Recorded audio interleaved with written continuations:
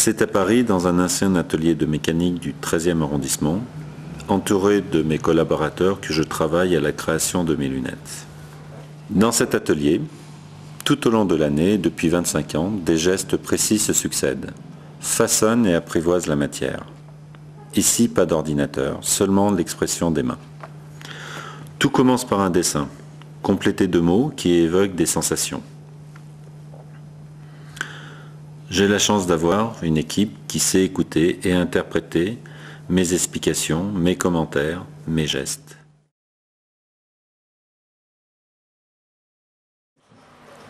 Ce que j'aime, c'est transmettre une passion, la passion du produit à mes collaborateurs, qui réalisent 300 maquettes par an, dont 100 uniquement seront lancées sur le marché.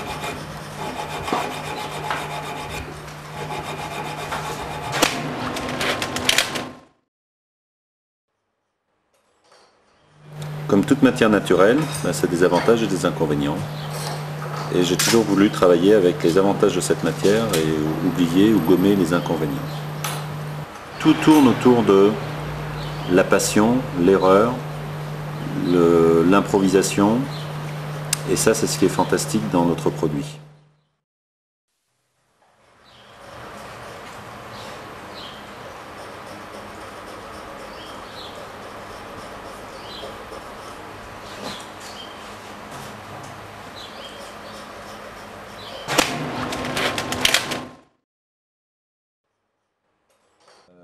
Une lunette ne tient à rien, c'est un demi-millimètre, 1 millimètre, un jeu subtil sur ce coup de lime que j'expliquais tout à l'heure va permettre au produit de complètement changer.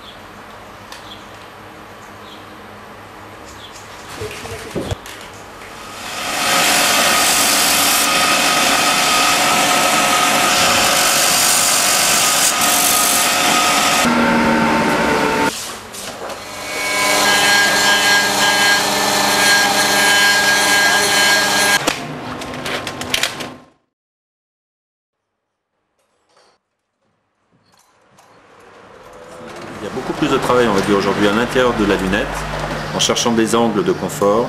On va venir creuser, enlever toutes les parties inutiles d'une lunette pour donner de la légèreté, du confort et également de l'élégance.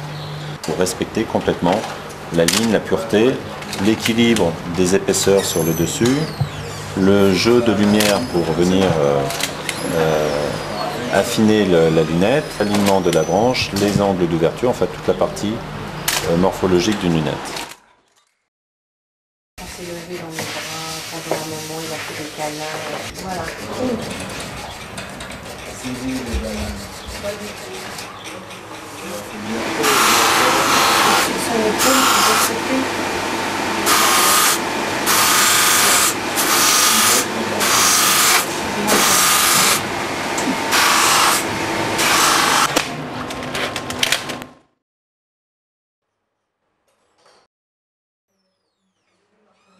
on va ce qu'on appelle ménisquer la lunette. Ménisquer, c'est donner cette courbure qui va commencer à habiller complètement le regard. Ça, c'est la phase la plus importante au niveau d'une paire de lunettes, c'est la mise en forme d'une lunette par rapport au visage.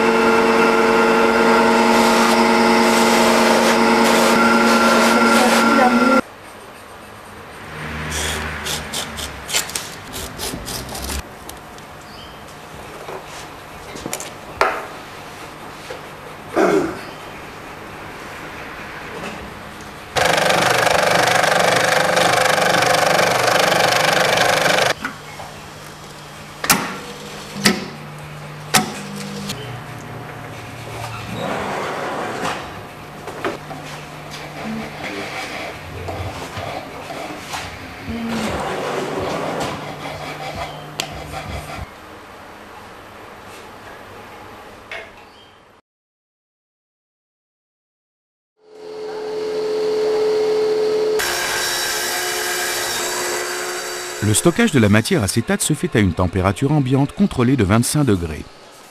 Pour éviter les déformations, tout comme le bois, les plaques d'acétate sont empilées les unes sur les autres. Ce stockage de plusieurs semaines sert d'étuvage pour éliminer les solvants de la matière.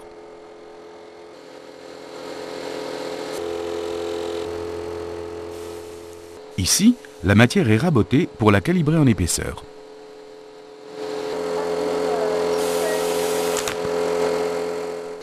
Une fois calibrée, la première opération consiste à découper la matière en rectangles, appelés copeaux.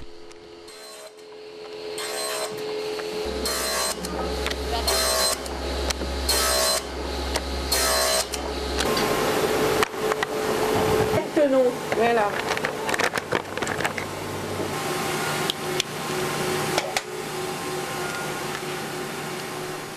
La lunette à la Mikli ne se contente pas d'une épaisseur standard. Dans un souci de confort et d'élégance, on améliore l'emplacement des plaquettes et des tenons d'une deuxième épaisseur de matière que l'on colle par un procédé de friction bien plus performant qu'un collage traditionnel.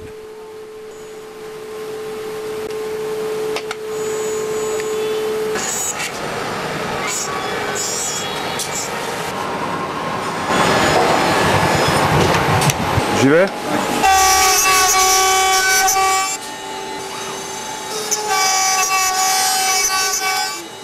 Chez Alain Mikli, la commande numérique à 3 axes n'est pas utilisée pour augmenter la vitesse de production, mais pour conserver le geste du maquettiste, reproduire son coup de lime, qui est à l'origine de la différence du produit Alain Mikli.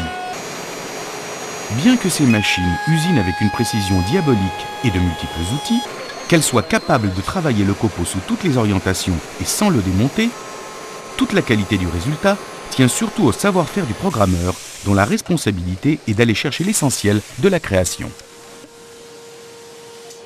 L'incrustation de la charnière se fait à chaud. La matière acétate est fondue autour de la racine de la charnière.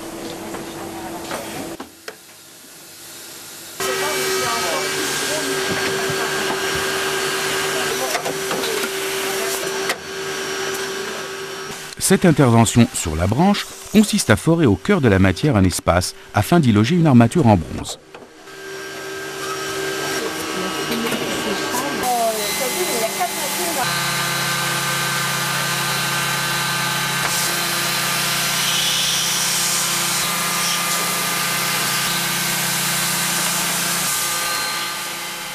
Une des particularités et signatures des lunettes Alain Mikli, ce sont les branches façonnées avec des outils de forme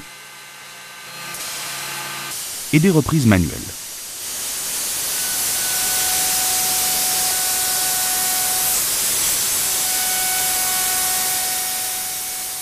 C'est dans ces tonneaux que s'opère une magie. Chargé et parfumé de cubes de buis, il donne à l'acétate toute sa noblesse. Cette technique qui fait appel à l'origine du métier est un savoir-faire transmis de génération en génération. La face de la lunette est préchauffée avant d'être glissée dans un moule à l'empreinte du visage. On appelle cette étape le ménisquage. Ensuite, elle est rapidement refroidie. Le chaussant de nez est repris manuellement par un artisan dont le geste s'apparente à celui si précis de l'horloger. C'est aussi l'une des signatures de la marque Alain Micli.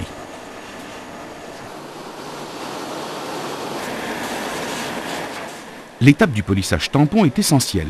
Elle donne l'éclat définitif au produit et assure une lunette unique.